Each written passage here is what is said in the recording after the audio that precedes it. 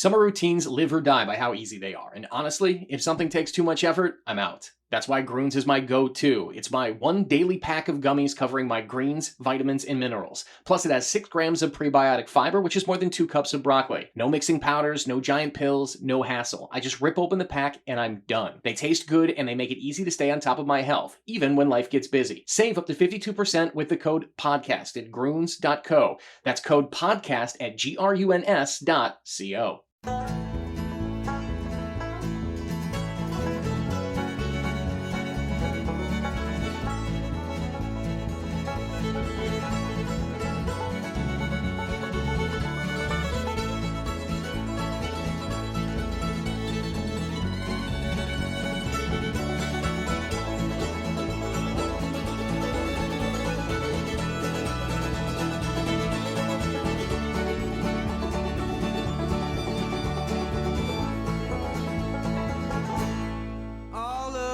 Welcome back to Worst Seats in the House. Michael Russo, Anthony LaPanta, back in a very smoky, hot, muggy Minnesota. Makes us really crave going back to the French and Italian Riviera, where it was only like 95 degrees and muggy, but at least we could breathe, Anthony, as opposed to what we're dealing with outside.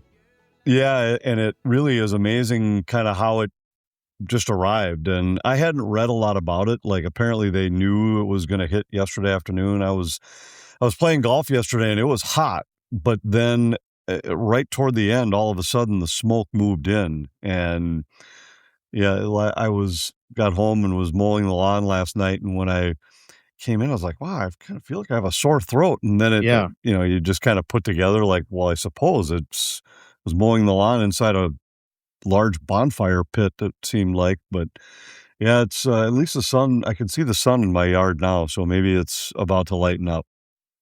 Our next live show is July 20th. That is Monday night at 7 p.m. at Elsie's, so come on out to that, July 20th, 7 p.m. at Elsie's, and then we'll do one more show this month and our normal 4 in August. But this is a bonus podcast.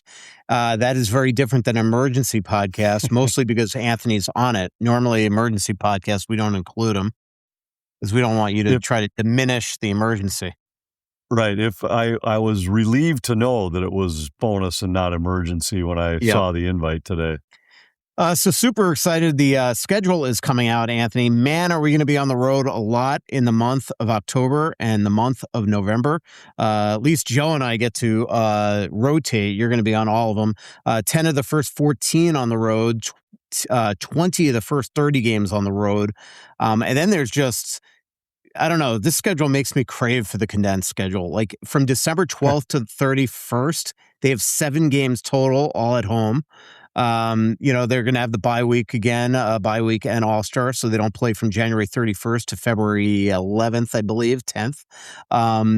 We're going to get to see Quinn Hughes is going to get to go to Vancouver. I'm sure he's excited about that twice in the first 2 months of the season. In the last part of December, right before Christmas, Matt Zuccarello returns. Jake Middleton will have to return to, we'll have to wait until March to return to Minnesota. But it's exciting. Every time that the schedule comes out, it's exciting. It shows you that we're getting closer to NHL action. Camp and will be condensed this year, shorter than normal. Only 4 exhibition games, and then the Wild start October 1st in Nashville at home against the Bruins on October 3rd. What's your thoughts on the schedule, Anthony? Well, there's a lot, and you mentioned a couple of them there. My kids were really excited to see the December schedule because as they start to make their Christmas plans, knowing that we're home from the 11th we'll leave, I suppose, for Winnipeg on the 29th. So to be home from the 11th to the 29th is nice with several off days in there. So it gave them some flexibility for planning when they're going to be home. We've had a lot of years lately where it's felt like we were on the road on the 22nd or 23rd, and then, yes, you get the 24, 5, 6 off, but traveling early in the morning on the 27th, like last year was the start of that 2-week road trip on the 27th. So that was exciting. And actually, you might be looking at an earlier version of the schedule. The Wild, they play home against Vegas on the 28th, and then their next game after that is at Pittsburgh on New Year's Day. Oh, that's right. The Winnipeg one is the one that moved into that Detroit with a Detroit St. Louis trip. Yep. Yeah, and so to have all that time off at home is nice. But then I always quickly glance at the road trips, and I think there's some great ones early. I'm excited about the fact that we've got the Buffalo, Tampa, Florida trip could be a good one early in the season. Although it's always nice to go to Florida when it's in January instead of in October. But the Montreal, Toronto, Boston trip early in November, that sounds like that'll be a great trip. The Western Canadian trip to go early instead of in the middle of winter is kind of nice, to be going to Edmonton, Calgary, and Seattle, Vancouver, all on that trip. So, I like the loosened schedule a lot just by glancing at it. I remember looking at last year's with the condensed nature of it, and right away just thinking about all the times it was going to be 3 and 4, 4 and 6, and there just aren't very many of those stretches in this schedule. And a lot of the back-to-backs are manageable back-to-backs, many of them including home games, where last year, think of all the road trips where it was a home game and then on the road somewhere, or back-to-back road games with travel in between and all that kind of thing. I think I like the general look of this year's schedule considerably more. Only 10 sets of back-to-backs, which is quite amazing. A lot of one-off trips as well.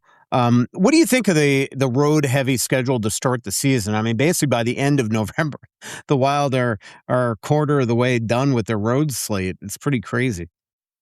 Yeah, it is. And I always think it's weird when the cities that you visit twice, that you visit them twice during the same stretch of the season. Like in this case, the Wild are going to Calgary and Vancouver twice in the first 2 months of the season, and only about a month apart.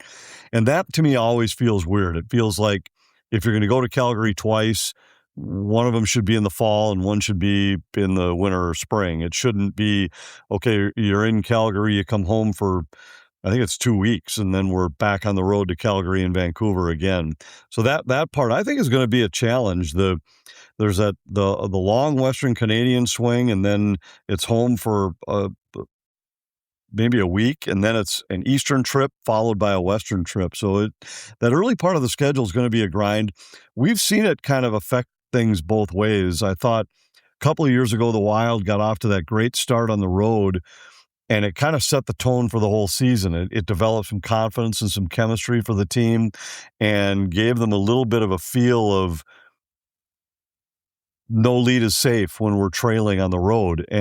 But then we've also seen years where a tough schedule early put a team in a hole from which they could never dig free. And so it can affect you both ways, and we'll have to see how it affects this team. But I think it's definitely a challenging schedule in the early part of the year.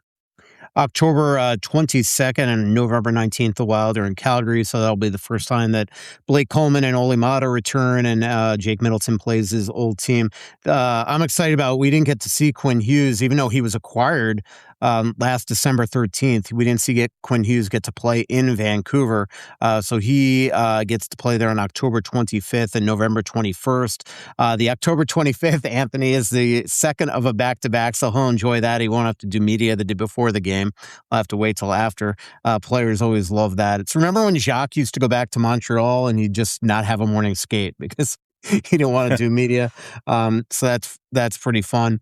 84 game schedule for the first time in eons. And let's see, because of that, in division of the 7 teams in the Central Division, the Wild play 4 times, 2 games at home, 2 games on the road, 3 games against the 8 teams in the Pacific Division. That's 24 games, 12 and 12, and then home and home against all the 16 teams in the Eastern Conference. That's 32 games for 84 games.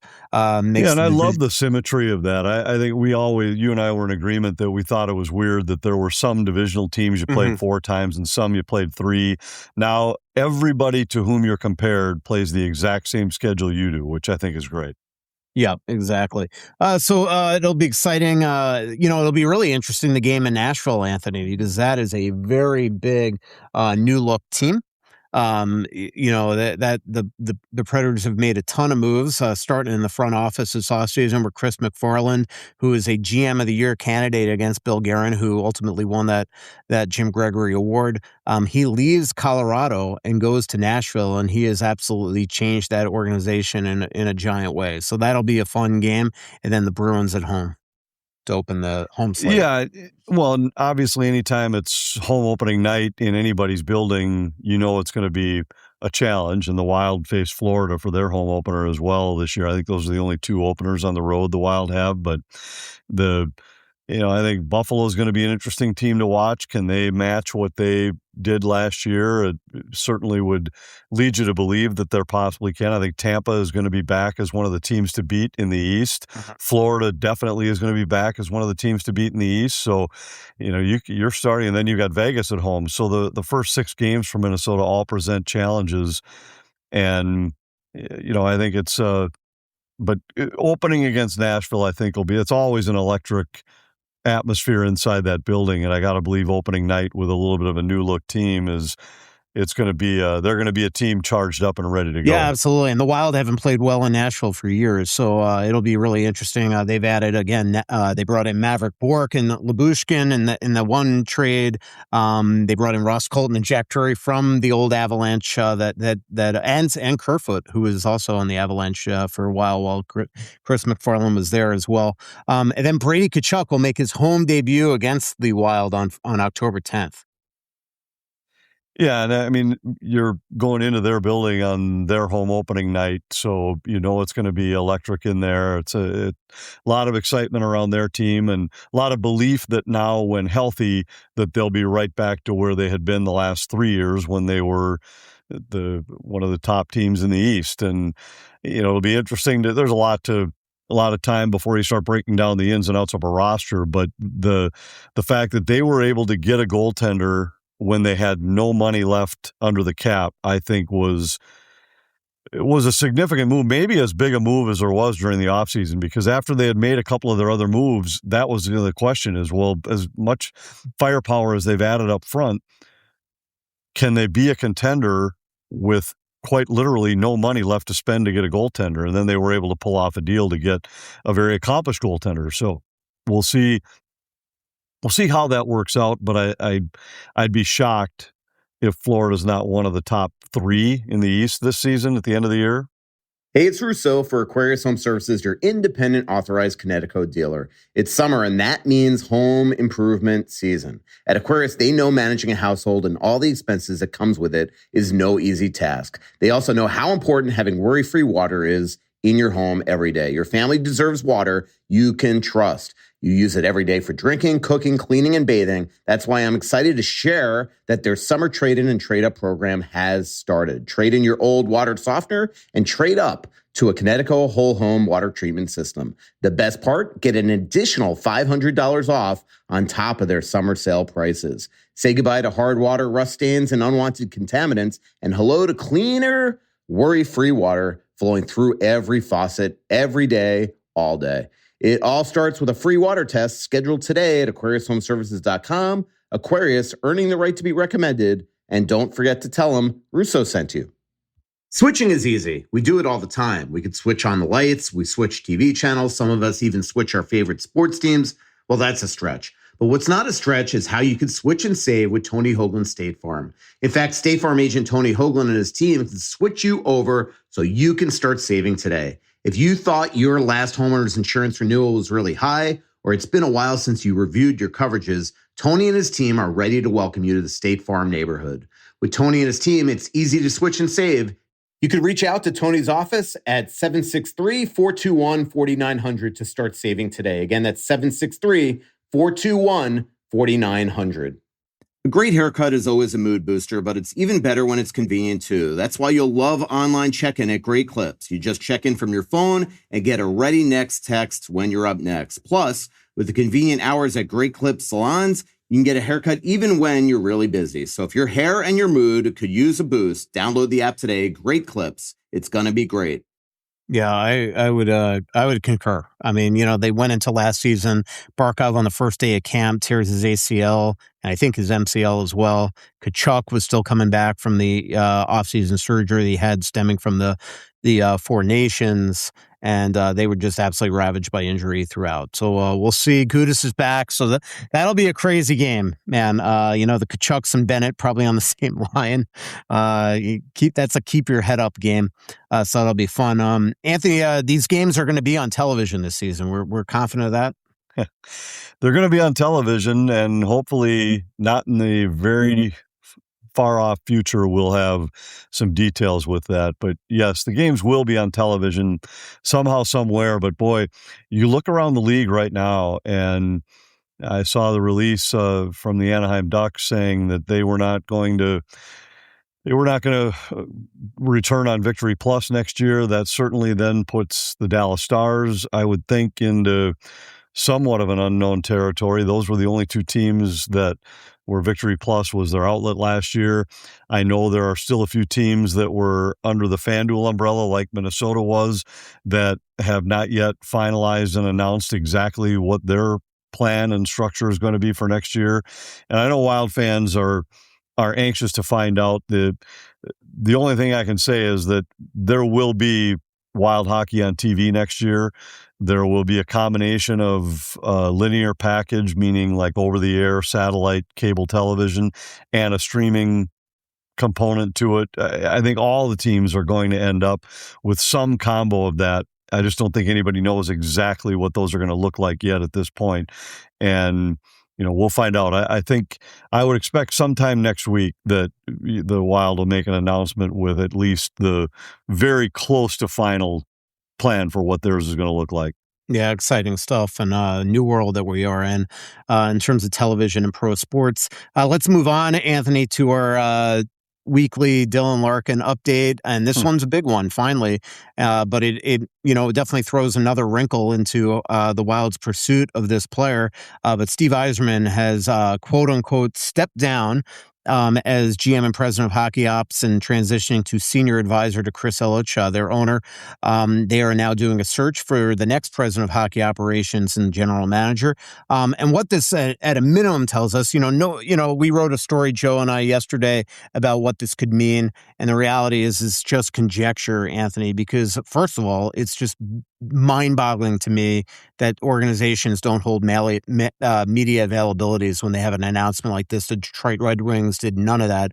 So none of the questions can be answered. So the only thing we know that it does is delay things, because obviously, even though Steve Yzerman is theoretically still running the ship, they're not going to let him trade the captain of that team if he's not the general manager and president of hockey operations. So that delays things. They're going to, the Wild are hoping that they still have a path to get him, but now there's nobody to even call to try to make that path happen. So that slows things down remarkably. The new general manager and president of hockey operations, whomever that will be eventually, is probably at some point going to want to sit down with Dylan Larkin to see if they can solve this problem. So we don't know what this means, other than, before Steve Yzerman stepped down, the Wild were still confident that they had a chance to get him. They still believe they have a chance to get him. But I think it's very obvious, Anthony, that Dylan Larkin and Steve Yzerman were at odds. So this might be the type of thing that can make him change his mind. Yeah, I think all that is possible. It's funny the way you started that was that we've been looking for Larkin updates, and this is a big one. And the first thing that ran through my mind is, yeah, it's a big one but we know absolutely nothing more known than you knew before. But yeah. I agree with you; it is a big one because we don't know exactly what's going to happen, and all I've been thinking about today is, does this help or hurt the Wild's pursuit of Larkin? And I think I could see it going either way. And I don't mean to say that to say like, well, I could see this or I could see that. Here's why. Because on one hand, if a new GM comes in, the odds are likely that he will have more rope than the previous GM in terms of if he wants to turn the page and say, we now, like in the eyes of the fans and the organization, there might be more of an opportunity to say we're okay if we take a step backward in order to rebuild the proper way. Whereas if you've been the guy that's been there for a long time, that probably wasn't the case. So if it goes that way, I could see it then being a more realistic possibility for the Wild, because now all of a sudden you might get somebody who's willing to make a trade for a little bit more future heavy package. But on the other hand, it now also opens the door for what I previously thought was impossible, nearly impossible, which is a scenario where Larkin stayed in Detroit. Because now if a new GM comes in, that might be the one spot, the one way where Larkin can go back to the fan base and say, I'm all in to stay here. It was that I just didn't see eye to eye with where things were going. Now I do. Whether he believes it or not, it can be spun that way to the fans. Where in the past, I thought there is almost no way you can come back from your captain, a local guy, for the only team for whom he's ever played, coming out and saying, I want to be traded. There was almost no scenario where you could then say, well, the right deal wasn't there. Now I'm all in. Let's go Red Wings. I mean, it just doesn't. Now there's a scenario where that could happen. So I could see Although it him, now. there is a legacy, even though the Yzer plan, quote unquote, didn't work, he's still the captain of a storied franchise that led them to serious cups. So coming out and saying everything's okay now because Steve Yzerman signed is probably not the greatest PR move. But I agree. But I mean, even just Steve Yzerman stepping away isn't the greatest PR move. I mean, I just think there's at least a scenario now where it's possible that he stays in Detroit. But the biggest thing with all of this, and it goes back to when we were having these conversations in May and June, and I just kept saying the same thing over and over again, and I still believe it, is that if I was Bill Guerin, and I'm sure Bill was in this spot, the last thing I wanted was this to drag out, because the longer it drags out, the more difficult it was going to be to fill in the other spots around you without knowing any cost certainty. And when I say cost certainty, I not only mean just the salary, but also the assets that you had to trade away to make the move. You would have wanted to know that in mid-June so that you could get to the free agency spot and know exactly what you had to fill in your roster. This has really put the Wild in a challenging spot to go out and get a roster that they feel is ready to compete, better than what they had last year, and say, okay, we're good with what we've got. Yeah. But at the same time, maintain flexibility that if Larkin or somebody like him comes available, you can still make that move. It's a really difficult spot. And we'll have to wait to see what happens, because, if all of a sudden Larkin does get moved, and let's say he gets moved somewhere else because the Wild just didn't have that flexibility that they may have had a month ago, that's going to be a tough one to swallow. And I'm not saying anything that Billy and his staff didn't know. I'm certain they wanted to get this done before that free agency time, but it's what, as a Wild fan, I would have been concerned about, to say, without knowing if plan A was going to work, and if it did, what the cost was, it was really hard to get too far down the road, because that might have eliminated plan B, C, D, E, F, or some combination of those other plans. Yeah, I mean, I know that when Brady Tkachuk, really, even though he put him on their short list, made it very clear that he wanted to go to one team, I know they were disappointed, but the other part of that was they were still felt that Dylan Larkin was the better match because he's the center.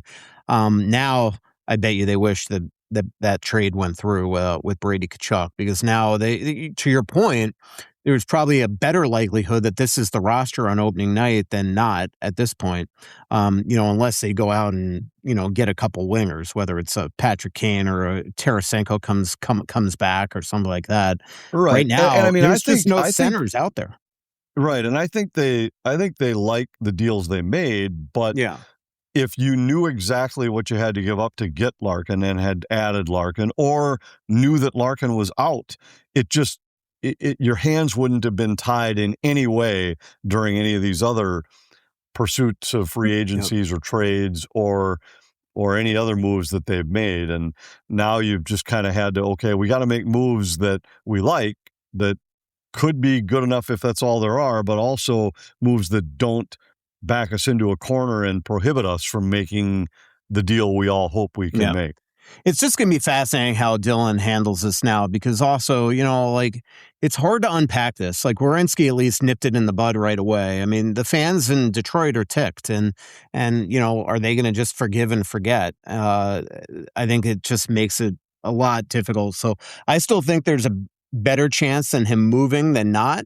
But this certainly slows things down and is going to make this drag on further and further, because I just cannot imagine that Dylan Larkin is getting traded without the next heir apparent to the GM in place. So, right, it has to be after that. But Yep. I mean, that's kind of exactly my point. Is I still think it's probably 60-40, 65-35 that he gets traded, but 2 weeks ago, I would have said it was 95-5 that he was going to get traded, and that I thought Yzerman was just waiting for somebody to blink and up an offer to a point that was beyond what they had offered so far. I mean, I don't know what if you had to assign a number value to it.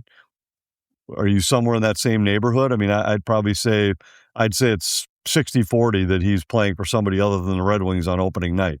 I agree. And the question is, and what the Wild are going to be hoping is that the next GM or president of hockey ops actually, goes in there and says, all right, I'll take the futures, because the Wild, there's just nothing more that they can offer. Their assets are their assets. They're not going to suddenly, they're not going to miraculously have new prospects, and they're certainly not trading any core players off their roster. So we'll see where this goes. Anthony, before we go to X questions and wrap up this bonus edition of the pod, and remember, July 20th, 7 p.m. at Elsie's, our next podcast. How was the rest of our European vacation? What do you think of Monaco and all that type of stuff? Nice was an incredible city, huh? Nice was incredible. It was my first ever trip to France of any kind. Yeah, so I loved it. We had a couple great trips mixed in there, little day trips in there, and going back to Cinque Terre was a lot of fun. Had a great pesto making class there that was entertaining. We had such a great group on this year's trip. Yeah, it really was. It was we had more new people, I think, on this trip than any we've had recently. I don't know the exact number, but maybe 14 or 16 that were new, and a lot of old friends that have been a part of a lot of these trips. And I just thought it's always fun to see how the group meshes together. And this seemed to be a group that meshed very well. And we had a lot of fun telling some of the same stories we've told, but also some new ones. I loved Santa Margarita and Portofino. Those were cool little towns. And the vineyard stop in Piedmont, which I guess that was before our podcast, but the Barolo stop was incredible. I was happy with the wine that's making its way back to Shoreview from this trip. A little olive oil, some vino that we'll enjoy over a good Sunday dinner. Weather was great. It was kind of fun being in France. Tell everybody about our trip up to the other winery in France. You had to do a little exhausting. Luckily you do your own landscaping at home, so you were able to. I was in the back of the bus, so I couldn't help, because that would have taken me getting up and walking off the bus and sweating. Right, but tell everybody what happened.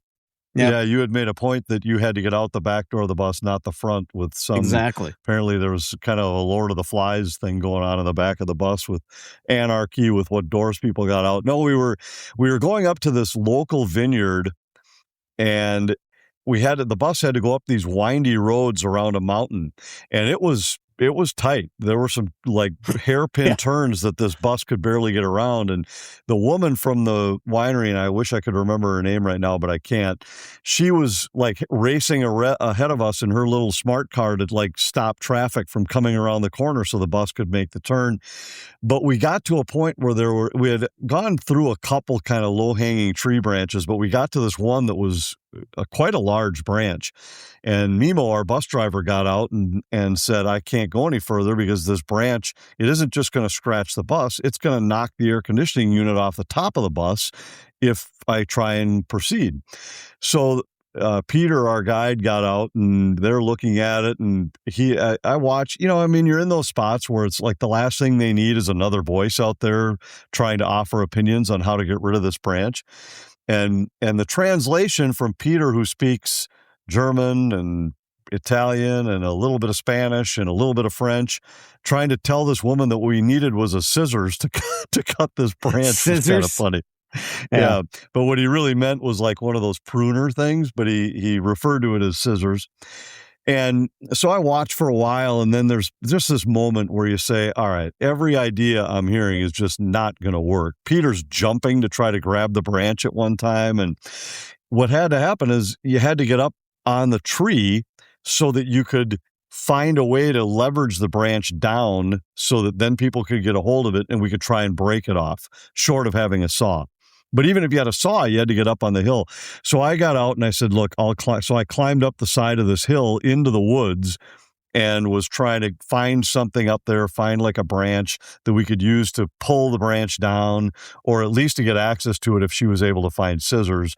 And that worked. I broke a branch off the back of a tree, handed it down to one of the other guests where they were able to latch it over the end of the branch that was hanging over the road. That got us enough leverage to where with three of us hanging on the branch, we could snap the branch. And therefore the bus was able to drive by. But one of the guests got a great photo of me reaching out of the trees with this tree branch, and the only thing you can see is my arm coming out of the trees, which was kind of a funny picture. So we got up to the top. Mimo got us up the rest of the way, but then he couldn't turn the bus around on any of the roads up there. None of the roads were big enough or space was big enough. So he just had to drive down the mountain on the other side and then drive back around and wait. Had to get shuttles to get us down there. And the woman the whole time is like, so many other buses have made it up here, many other buses. And Mimo, Italians always sound like they're pissed off when they're talking no matter what. And Mimo's waving his arms like a fine Italian would. And the bus is all scratched up on one side. So yeah, bottom line is we got up there, but as always, we just always have a little twist of adventure on these trips. There's always something with the bus going up a mountain. We've had a lot of those. I'll tell you who I got was some pissed. good scratches on my arm from being in the woods. I don't know if you can see them on here. Oh, wow. You know who was pissed were the three cars that were stuck behind us for literally 30 minutes. I mean, it was but long you know what was wait. interesting? And they said it when we got to the top is that it's not like they got out of their cars and were yelling at us or anything, or they weren't honking. They just kind of calmly sat there like, well, what are you going to do? These four guys are climbing up in trees trying to get a bus past. And that actually kind of made me laugh to realize, like, can you imagine in America, they'd have been out screaming at us to get the bus to the side of the road so I can drive by. Yeah. Well, I definitely would have. I will say the guy right behind us was not pleased, but because I was looking out the back curtain of the bus while you were working. So there you go. You've heard me talk about the onX Hunt app on here for years. Well, make sure you download the onX Fish app as well, because before you even pull the boat out of the garage, you can sort lakes by species, trophy potential, and keeper potential, so you're not just guessing and you're going out with a plan. You could also use the onX Fish app to filter walleye, bass, panfish, whatever you're chasing, and see species abundance and size data so you actually know what's in the lake before you launch. Everything you need to get there and get on fish is all in one app. Boat ramps, lake access points, public versus private land, points of interest like bait shops and camping. It's all built into the app. No more scrambling around 3 different apps or outdated reports. onX Fish gives you the proven fishing area data and local insights that used to take years to learn. So you could do a decade of knowledge all in about 10 minutes. So download onX Fish on the App Store or visit onxmaps.com/fish. Spring fishing is here. Go find a lake you've been driving past for years and finally find out if it's worth the launch. My friends have been all in on Lucy lately, and the good news is it's never been easier to try because Lucy is now available at Quick Trip. They've tried just about every pouch out there, and Lucy has become the one they keep coming back to. Great flavor, great strength options, and a pouch that actually holds up. You can get Lucy in mint, apple ice, mango, espresso, berry citrus, and apple cider. The flavor lasts, and if you want to try the entire lineup, start with the 6-pack. The game changer is Lucy Breakers. Every pouch has a burstable flavor capsule. Bite into it for an extra hit of flavor and a smooth kick that keeps going. My friends call Lucy top tier, and they recommend it to everyone. Give them a try. Get 20% off your first order when you buy online at lucy.co/worstseats with promo code worstseats. That's lucy.co/worstseats with promo code worstseats. And if you don't want to wait, check out their store locator to find where you can pick up Lucy at your nearest Quick Trip today. Here comes the fine print. Lucy products are only for adults of legal age, and every customer is age verified. Warning, this product contains nicotine. Nicotine is an addictive chemical. Let's go through some quick X questions, and we'll wrap up the show again. July 20th is our next show, 7 p.m. at Else's.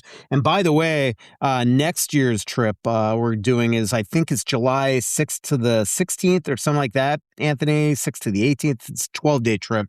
We're going to Croatia, and for more than a week, we're going to be on a yacht. And there's 4 cabins left for that trip. And you can go to defineddestinations.com if you want to go, defineddestinations.com. But we've already almost sold out that trip just to the people that were on this trip. So if you do want to go, we have 4 cabins left, defineddestinations.com. It's going to be an amazing trip.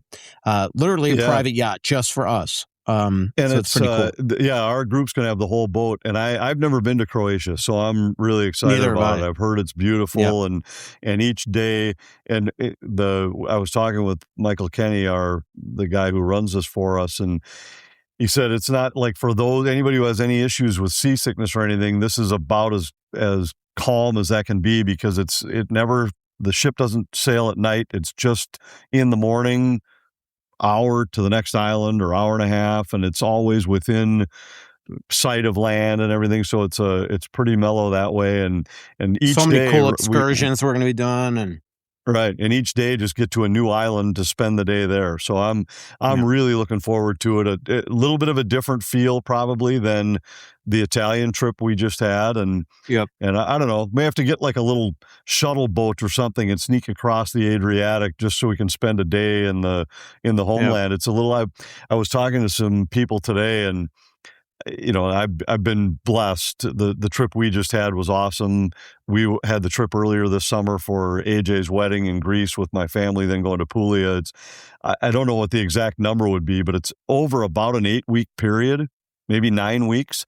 I've spent like 3.5 of them in the Mediterranean, and it doesn't even feel right to be able to say that. It's these 2 different trips over there. We've been lucky, but now this next one to Croatia is going to be fun. It is funny that you brought that up about Italy, though, because I was actually looking today about ways to extend the trip and go into Tuscany. So if you want to join, we could do that and stay at a nice meal. Well, let's keep our schedules clear for the couple days afterward, and because I'm always up for a trip back inside the confines of the boot, and Tuscany would be fun. Awesome. All right. John asks, any chance we throw in the towel on Larkin and look to add Patrick Kane? I mean, reportedly Kane is looking at going to Buffalo or back to Chicago. And so it just doesn't seem like that's in the mix. I think Kane would be good here. But Anthony, just to me, Kane's a winger. They need a center. Tony asks, friend of the show, hi, maybe too far out of the box, but could Billy bundle Gustafson plus number 10 plus number 13? So Brink and I think that's Brink, right? 10 is Brink? Brink and Trenyon. Yep, Trenyon. And one of the Wild's hockey ops elite minds in analytics or player development for Dylan, including an Eric Tulsky-like skill set, could provide Billy another tool to push this over the line. That ain't happening. I did send this tweet to Bombardier to see if he would take one for the team and offer up his services to push this over the top. But my guess is that Brad Bombardier or Dan Kaplan ain't getting this over the top. All right, Jade asks, I saw Kivaraju was playing in the Debuty League on Wednesday night. He's going to be around for the summer or in Iowa in the fall. No, he's going back to Finland. He's only here for a couple weeks. His agent wanted him to see the area, but he's doing his military service and will be going back to Finland any day now. Minnesota sports fan goes, at what point does Bill Guerin face criticism from ownership for running back the same crappy centers outside of Eck year after year? If they take a step back this year, could Leopold look to move on? Anthony, you can answer this too, but absolutely not. In fact, Bill Guerin has a lot of term left on his contract. So there's no way they're moving on for Billy. Yeah, well, I agree with that. I don't think there is. And I think what's maybe the bigger question to be asked here, and it's go back to what I said earlier in the show, that there were some unpredictable things that happened here with the Larkin situation, where I think if you were looking at it to evaluate the job of the GM, you could reasonably say, look, how could he possibly have predicted this? We've talked about Billy's plan for years now, where I thought it was opening night of last season that the Wild needed to be looked at as one of the contenders in the West in order for the plan to be deemed a success. You can't always judge a plan by just, did you win a Stanley Cup or make it to a Stanley Cup final? Because there's so many little things that can change. And I think last year the Wild they were one of the legit contenders in the West. And I think when you look at their roster this year, right now, they're a legit contender in the West. I mean, I don't think anybody would look at them as the favorite, but I think any conversation that gets 4 deep for teams in the West would probably include Colorado. It would include Vegas. It would probably include Minnesota and Dallas. And that's whether they make a trade or not. But I think the bigger question here is, right now, when you look at the way that the expanding cap has changed the world dramatically, go to teams locking up their own players at younger ages for longer term at bigger deals, with I think a lot of teams that had some forward thinking to say 3, 4, 5 years down the road, this is going to represent such a smaller percentage of the cap that this is going to be a great deal. But what it did is it changed the free agent landscape so that when some of these other teams who maybe like the Wild already had kind of their core players locked up, they were expecting, okay, now we're going to have some money. We're going to be able to add that piece here, or here. And those pieces just weren't there, and they just weren't going to be there. And I think, then you take it to the next step with the Philadelphia offer sheet to Leo Carlsson, where the Ducks were trying to do the same thing with Leo Carlsson and extend him. And the Carlson camp just kept saying, well, wait a minute, let's just see. The cap's going up. I think there's going to be more money out there. And sure enough, Philadelphia was in a spot where they had some money to spend, but there were no free agents out there. So they had to go this route. So I think all I'm saying with all this is that the landscape changed so much in these last 2 off seasons that I don't know that it's fair to say any GM should have been able to accurately predict what was going to happen. I think that you get so used to, well, if I've got this much locked up, that's going to leave me this much, and on free agent day or making trades on free agent day, that's always been enough. And this year, there just weren't the names out there that there normally have been to fill whatever void you had. Correct.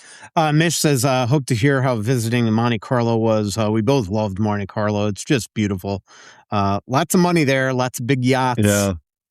It was, that's for sure. And, Monaco was a cool little town, and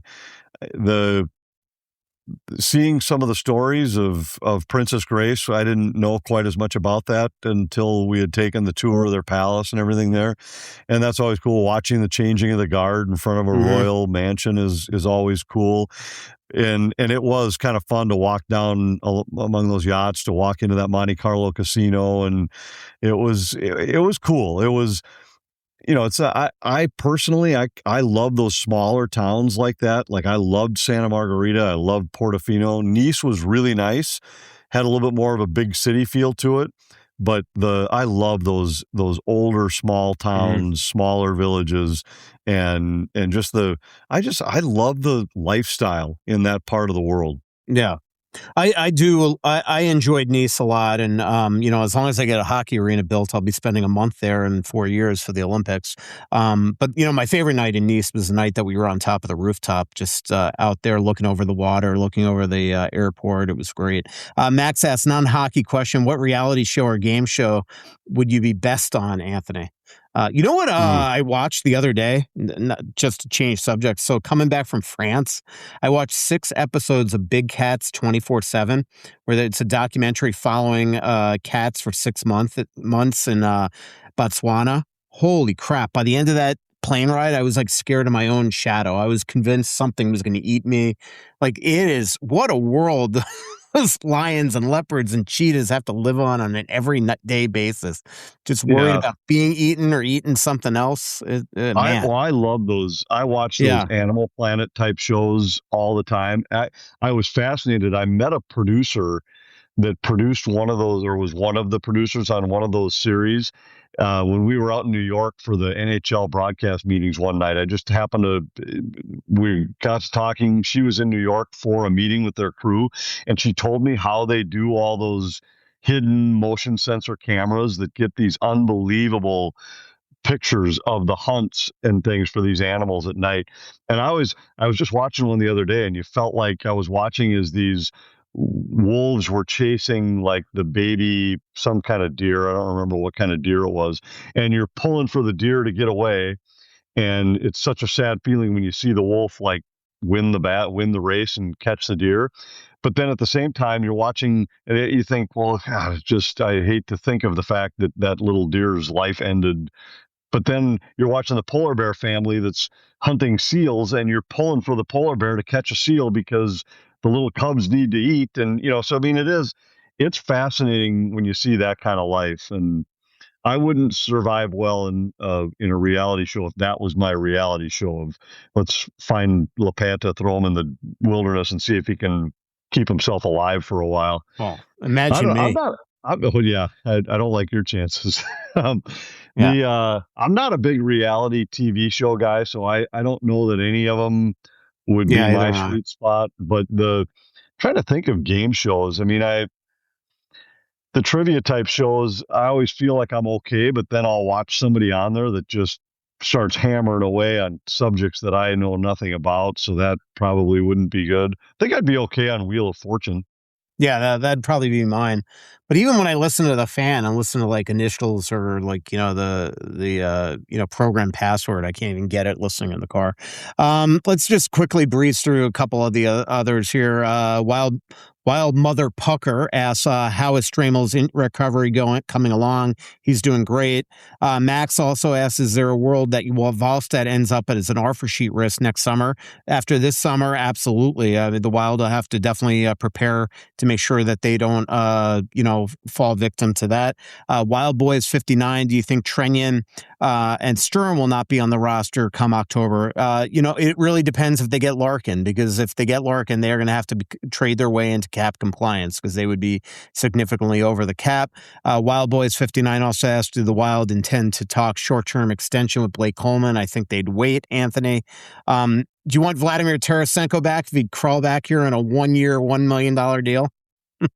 Jade asked that. If it was a 1-year, $1 million deal, I'd take him for sure. Yep, but absolutely. Short of that, I probably would not want. I mean, I certainly wouldn't bring him back on more than a deal like that. I'd be happy to have it be an incentive-laden deal to get beyond that. Yep, exactly. What Wild player do you think could take a big step in production this year, either with the Wild or Iowa? I mean, I think Yurov's going to come back and be a much better player, and obviously Hunter Haight as well. Somebody asked about extension. Obviously, Houston or Austin is going to be one of them.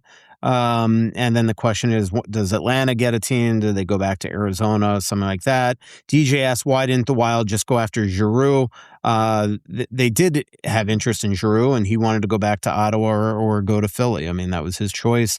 Tyler asked if when Gus comes back, will they try and send Pickard down to the minors or just keep him in Minnesota? I guess my guess is that they'll send him down to Iowa or try to trade him. And any interest in Shane Wright? They have no interest in Shane Wright. That is our show, Anthony. Our next live show is July 20th at 7 p.m. at Elsie's. Definitely come on out. We're going to be giving away a gift card to Great Clips that night that's good enough for enough haircuts for a year. So definitely come on out to that. Great Clips, our awesome sponsor, is giving that away. So again, enough haircuts for a year. July 20th, 7 p.m. That's Monday night at Elsie's. Thanks to our incredible sponsors, Aquarius Home Services, your local authorized dealer for Connecticut water treatment systems, Onyx Maps, Lucy Nicotine Pouches, Great Clips, and State Farm with Tony Hoagland. Thanks, everybody. So much coming out, there's nothing going in. I know that you feel like you're never gonna win. Oh, but the world